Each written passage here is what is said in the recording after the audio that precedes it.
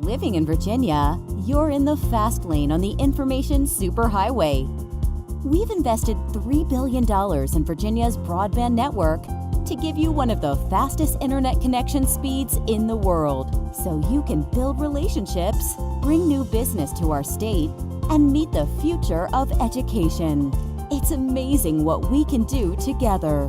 Visit VCTA.com to learn how broadband connects the Commonwealth.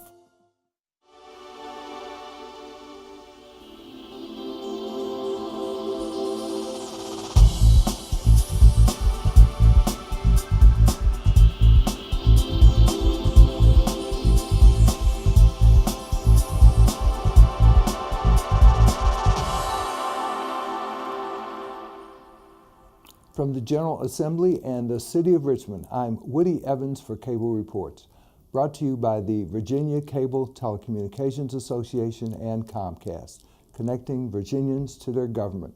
Delegate David Toscano, good to see you, sir. Great to be back. We were talking about the economy. How is Charlottesville and Albemarle County doing these days? Well, Charlottesville and Albemarle is going gangbusters. There are new buildings all over the place. The unemployment rate is lower than almost any place in Virginia, maybe near any place in the country. All that's very good news. The challenge has always been is how do you spread out the positive elements of growth? How do you make opportunity more broad-based so that everybody can participate in this? And that's always been a challenge, but we've been trying to do some things. And in the General Assembly, for example, we tried to pass a bill that would have increased the minimum wage so we could help some folks that are on the lower scale. That didn't pass, but I think we have some momentum to try to get it passed next year. Beyond that, we're putting money into workforce training and development so that folks who don't have a skill can get one in a community college or in some other way so that they can take advantage of these high-paying jobs that are developing in our area. We have Willow Tree and other tech firms that are expanding. Why shouldn't they expand using Charlottesville workforce? And what does the Amazon deal do for the Commonwealth and your district? Well, it's kind of interesting. Amazon it's up in Northern Virginia, and you know how they talk about Nova and Rova, and they can't quite figure out where Charlottesville stands in this. It's funny. I still have friends who represent the Tidewater area. They think Charlottesville's in Northern Virginia, but it's not. The way Amazon will affect us is through the University of Virginia. Jeffrey Waldrop just gave a major gift to the university to create a school of data science. That is going to bring more and more people to Charlottesville to study that area. And those folks will end up, I think, with jobs at the Amazon headquarters up in Arlington. We also have some more money in the budget for University of Virginia that will connect up to the things that Amazon is trying to do in Northern Virginia. So we won't see the impacts directly, but we'll have indirect impacts in terms of how UVA configures itself for the future. Now, one of the things that has a direct impact on all the citizens of the Commonwealth is conformity with the federal tax code. And apparently that has been accomplished. People can file their taxes now, or at least feel more comfortable about how those forms will be processed. So talk to us about that and also the budget. Yeah. Well, Woody, before this session, nobody ever talked about the word conformity. My constituents never raised it with me. Most people down here didn't even know what it was. But every year when there's some change in the federal tax code, Virginia and other states conform their own tax code to some of the regulations in the federal system. And it usually was pretty pro forma. You did it at the beginning of the session, nobody cared, and just went through. This year's different, and it's different because with the Trump tax plan, it created this anomaly whereby some people would get money back from their federal returns, but because how the federal law changed itemization, folks in Virginia might have had paid more in tax to Virginia. So what we are trying to do is figure out a way to address that problem in the context of doing the conformity. That's why it took so long. We have now come up with a compromise by which most everyone will be, what they say, held harmless from the impacts of the Trump tax scheme by changing some of the regs in Virginia so that folks who would have otherwise paid more in Virginia tax will get at least some of that money back. And we've been trying to figure out a way to target that relief to those who need it most, those who are making under $125,000 or less. So this is a lot of words, but the long and short of it is that people can file their Virginia taxes and they will probably get some money back as a result of what we just did. If not immediately, then sometime later in the summer or early in the fall. I know, at least in your caucus, pursuant to what the governor had initially outlined, there was a move to fully refund what's called the Earned Income Tax Credit. Why is that important? Well, that's another one that lots of people don't understand. The Earned Income Tax Credit was created during the pre-Reagan years, and it was a proposal generated by Republicans to get more money into the hands of folks who are poorer.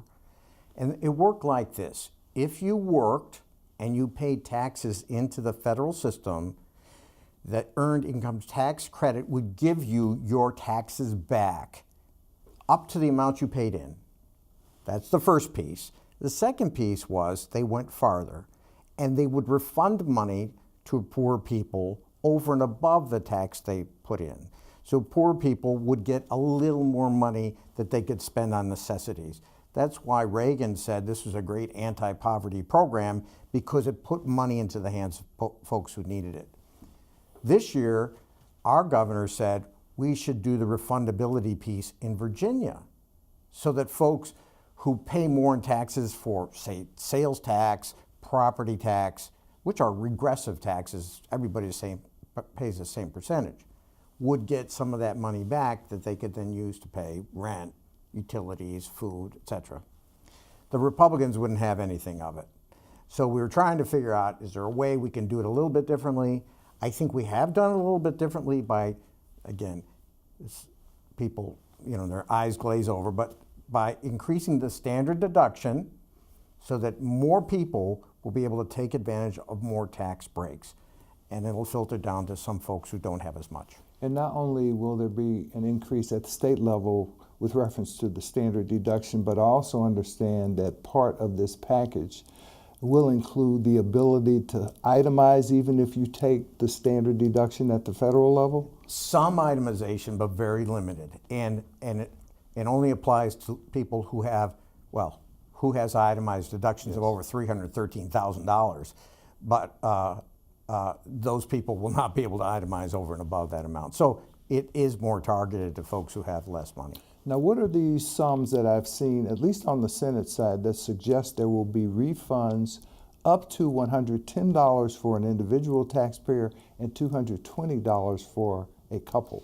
Yeah, and see, that's the thing that sort of is kind of like the Earned Income Tax Credit, because people will get a credit up to the amount of tax they pay. So if you only had to pay $80, you'd only get $80 back.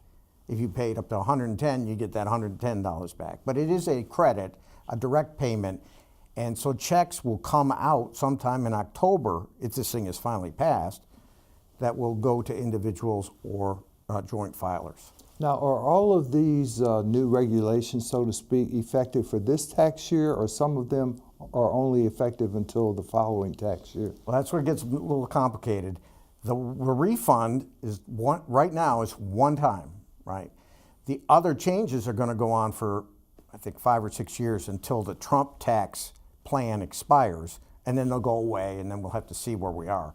So it's a one-time refund, and the rest of it will stay the same going forward. Now, there was a lot of debate this year about the Equal Rights Amendment. What happened to it? Well, it sort of got lost in all of the controversy with Northern Fairfax and Herring. But the House, the problem in the House is that the ERA is sort of boxed up into a committee. That's privileges in elections, I believe. It's in the clutches of the Privileges and Elections Committee, and a number of us, myself included, are trying to figure out a way we can free it from the clutches of the committee and get it to the floor. Is there such a thing as a discharge position? There is petition, I mean. Yeah, yes. There is a provision in the rules, like in the federal system, where you can discharge the committee from considering a bill. So if we could pass a motion that allowed discharge, that bill could come right to the floor, that resolution. If it gets to the floor, it's going to pass. And it's been the Republican leadership that's boxed this in right now, and they're not moving. And we're going to have to try to figure out a way that we can get a couple Republican votes to free that bill, that resolution, from that committee. If we do, we'll get it to the floor and it'll pass. It's been passed in the Senate. Now, why is this amendment so critical to women? Well, I think some people think that, well, a lot of people think the ERA already has been passed, which is interesting in and of itself.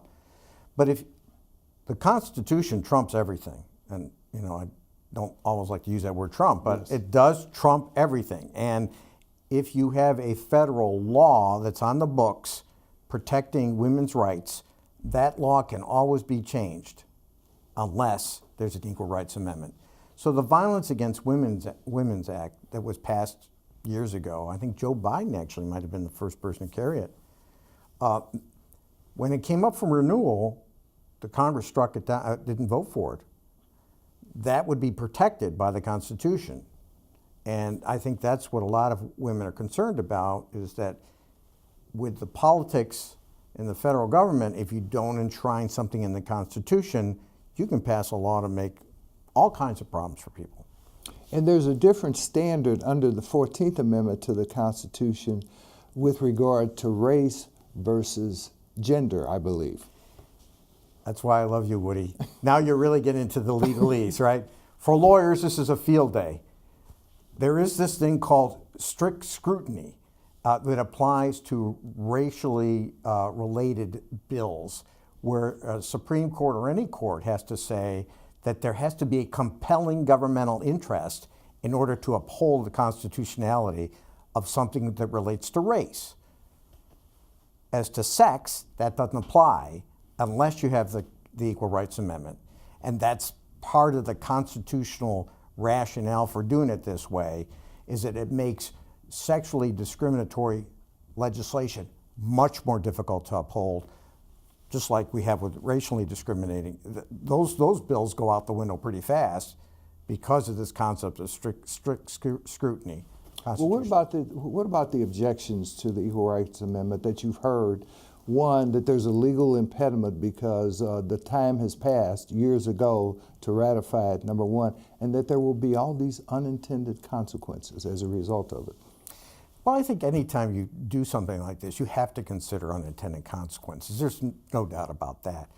But you can't just have that control everything you think about. A lot of people say, some people say, the critics, that what it means is we'll have abortion on demand in America. I just don't see that. I've never heard a really compelling legal argument why that would be the case. But beyond that, if some people argue that it's too long time between the time that Congress ratified it and the last state, which would be Virginia, by the way, ratified it, would be the 38th state. Let somebody take that up in the courts. I mean, I'm not going to use that as an excuse for not ratifying the ERA. If we think this is a good idea, we should ratify it. Somebody wants to challenge it, they can. But other amendments have been 200 years between the time they were adopted by Congress and the time that they were adopted by the final state. So I don't think that's a real criticism either. There's also another very significant constitutional initiative that's been debated for years here, but appears to be bearing some fruit, whether you like it or not, and that's redistricting. Now, where are we on that? Well, right now we're really up in the air. We've got two competing ideas out there. One, I think, is kind of like a shell game. I don't really think it's a real suggestion of redistricting reform. The other one came out of the Senate, which is a much better plan. The issue's always been, as you know, who's going to draw the lines, who's going to choose the constituents? Are constituents going to choose their legislators, or are legislators going to choose their constituents? I think it should be the former. And I think that a lot of the partisan sniping would go away if we had an independent commission drawing lines without considering where individual members live. So you get communities of interest drawn into a district. You don't split up precincts or split up counties or cities as much as you otherwise see.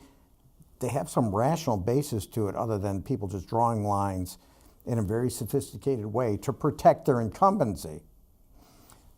The House proposal, I think, protects people's incumbency because what it proposes is the commission of 6 legislators from each party.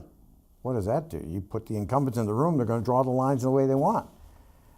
The Senate proposal is much more independent, and that's why I like it. But it's hard to know right now where this is going to come out. We have to have something this year because the way it works, as you know, is you have to pass it in one legislative session. An election has to intervene, and then you have to pass it in the next legislative session in the same form. Then it goes to the voters on the November ballot, and they decide either to ratify it or not.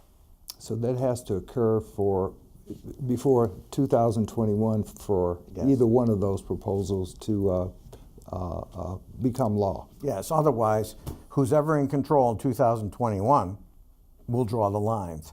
And I think, Republicans, realize that they have a big risk here if something doesn't come out, because the momentum has been with the Democrats. In the House, it's 51-49 right now, 51 Republicans, 49 Democrats. In the Senate, it's very close too. The next election could potentially flip not just one, but maybe both houses. And then Republicans are left with something where the Democrats could easily say, well, they did this to us the last 2 decades, why shouldn't we do it to them?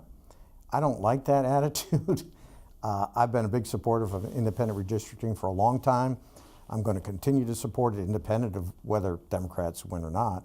But I think it is a risk for Republicans not to come up with something that will be fair to them if Democrats are in control. And of course, the momentum has been in the courts. You're going to have lines redrawn yet to occur as a result of a federal district court decision recently and the refusal of the U.S. Supreme Court to intervene. Yes, we are going to have new lines in a number of districts around the Commonwealth, primarily in the Hampton Roads, Tidewater, and the suburbs of Richmond. Our district in Charlottesville is not going to change. The Valley districts aren't going to change. And so there will be new districts, and a lot of those districts will look a little more Democratic, so it gives the Democrats even more of an edge going into the next election. So I understand we have a resolution on the residue left from the production of energy as a result of coal-fired generating stations. This is one of the stories that not been enough attention paid to it. It's a big compromise and a big issue because lots of people are worried, and I think justifiably so, about leakage from the storage of this coal ash in pits that perhaps are not been lined properly. And so a compromise has been reached by which that coal can be extracted, moved around, and we can mitigate the problem. And that's a big success of this session, I think. So I take it, though, that's an expensive proposition. Oh, It can disrupt traffic, for example. Mm-hmm. How are those issues being dealt with? Well, some are going to have to be dealt with at the local level with boards of supervisors and such. The other is that we'll be paying for some of this. There's no free lunch, and if we want to clean up the environment, some of this is going to show up in our rates. But if we have to pay a couple cents more a month in utility bills, it's probably worth it to clean up the coal ash. Now, understand some of this coal ash is also recyclable. Yes. And can be used. They're putting it in roads, concrete and other building materials. Now, you've always been an advocate on behalf of seniors, and I know you have some legislation dealing with incapacitated adults. Right. Yes, I mean, we're all getting older. there's always a danger that we'll be taken advantage of as we get older by people who are close to us and sometimes people who are not close to us. The typical situation comes where somebody who's maybe a caregiver, maybe just an acquaintance, gets the confidence of an elderly person. The elderly person says, okay, or the caregiver or whoever says, okay, let's go to your bank. I need some money. Will you get some out for me? You go to the bank. The person tries to take out the money, and the bank teller says to themselves, wait a minute, does this person really know what they're doing? My bill will allow these banks to basically shut that all down and say, we're not giving you the money right now. And they potentially can report it to the Adult Protective Services for an investigation.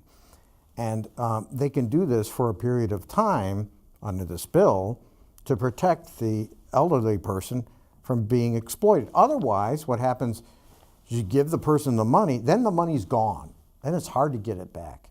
But this will make it a little easier to prevent that from happening in the first place. You know, as I recall, the financial institutions were reluctant to get involved in this. They didn't want to have to train their people. They were concerned about liability issues. Right. Does this legislation deal with that at all?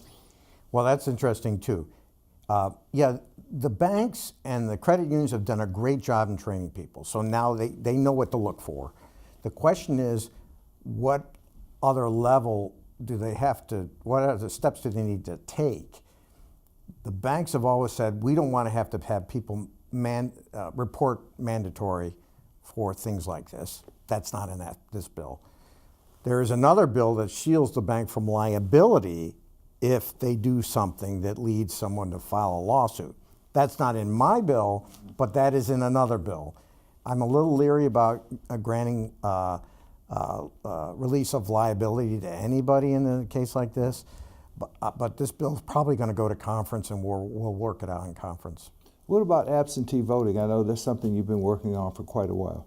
Well, I had a bill this year that would allow people to vote absentee with no excuse 21 days out from the election, right? That bill was defeated, as have been most absentee ballot, no excuse absentee balloting bills. My bill would allow people to do it in person as long as 21 days out. There are, I don't know how many exceptions now, but there's so many exceptions, you might as well just allow anybody to do it. There is a bill that is, I think is going to be passed this year that I think sets a date, I think it sets no excuse voting for 6 days prior to the election. That's a little bit better. Not exactly what I would have liked, but it is a little bit better, give people some more flexibility. We want to encourage more people to vote, not less. We've been doing just the opposite for the last 10 years. We got to reverse that trend. What's the pushback? I don't understand it. I hate to say it, I think some people don't want folks to go to the polls. Some people like the idea of election day, right? They like a chance to go out and campaign, meet their constituents at the polls. But you only can meet so many at the polls anyway. So why shouldn't we make it easier for people to vote? Why shouldn't we make it easier for them to register? Why shouldn't we just register everybody who gets a driver's license? Right now, you got to check a box. When you go to DMV, why don't they just register you to vote right away? Automatic registration. Speaking of Election Day, I think there's some legislation that would make it a school holiday as well. And there are a lot of safety reasons there too. Right. Yeah, I served on the House School Select Committee on school safety, and that was one of the recommendations that you move it out a week. And that bill may or may not pass, but it's passed out of the House now. And if that's the case, then we'll move it 1 week into June. Now, some school divisions are still in school even then, mostly in Northern Virginia, but that may help a little bit. Healthcare, elective medical procedures, I believe. You've got something dealing with that. Well, I have at least 3, I think 4 healthcare bills this year. And they're all designed, and they came out of this crisis that occurred in Charlottesville 2 years ago, where we had the largest spike in insurance premium rates in the country. Really? And so there's a group in our town who's been doing a lot of work on that, and I've worked with them. And we put in a bunch of bills, and it looks like almost every one of them is going to pass. One has to do with just price transparency, the notion that if you go to get a hospital procedure, you ought to be able to know what that's going to cost in advance. The federal system now allows that, but there's a question about how the notice occurs. My little bill just says you got to post it in a conspicuous spot saying you have the right to ask for this information.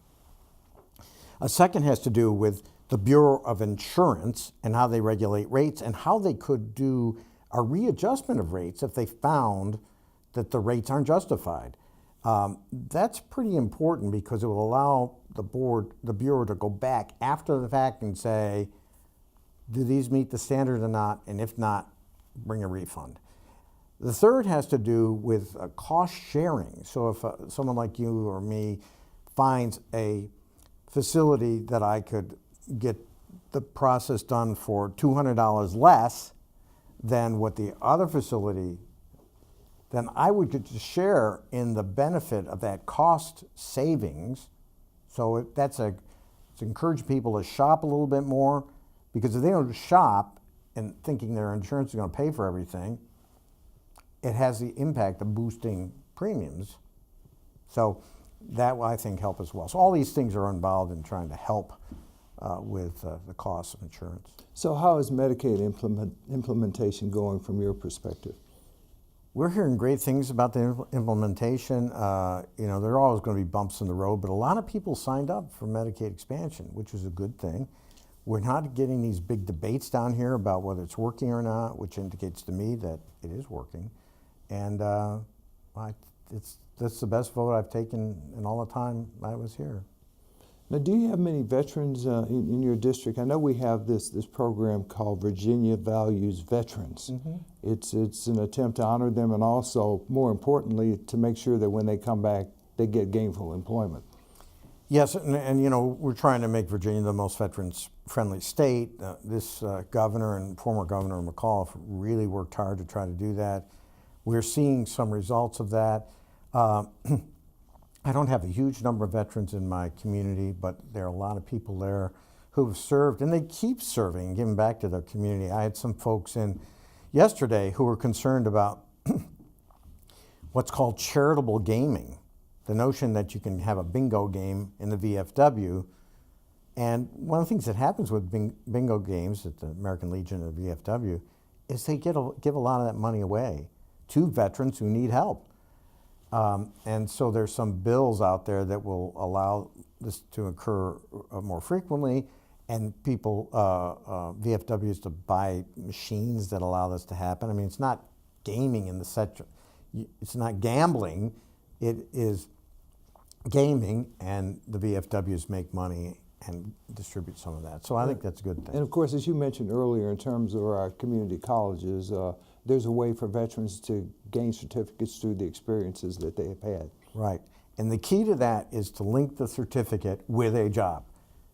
Anybody can get a certificate, but if that certificate doesn't work for them to get a job, it's not going to work. Great. Thank you for being here, David Toscano. Good to see you. It's a pleasure. Thank you. Thank you for watching Cable Reports, brought to you by the Virginia Cable Telecommunications Association and Comcast.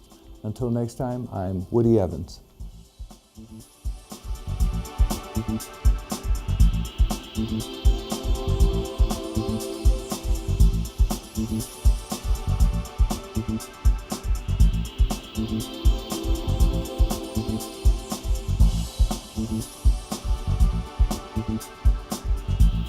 Mm-hmm.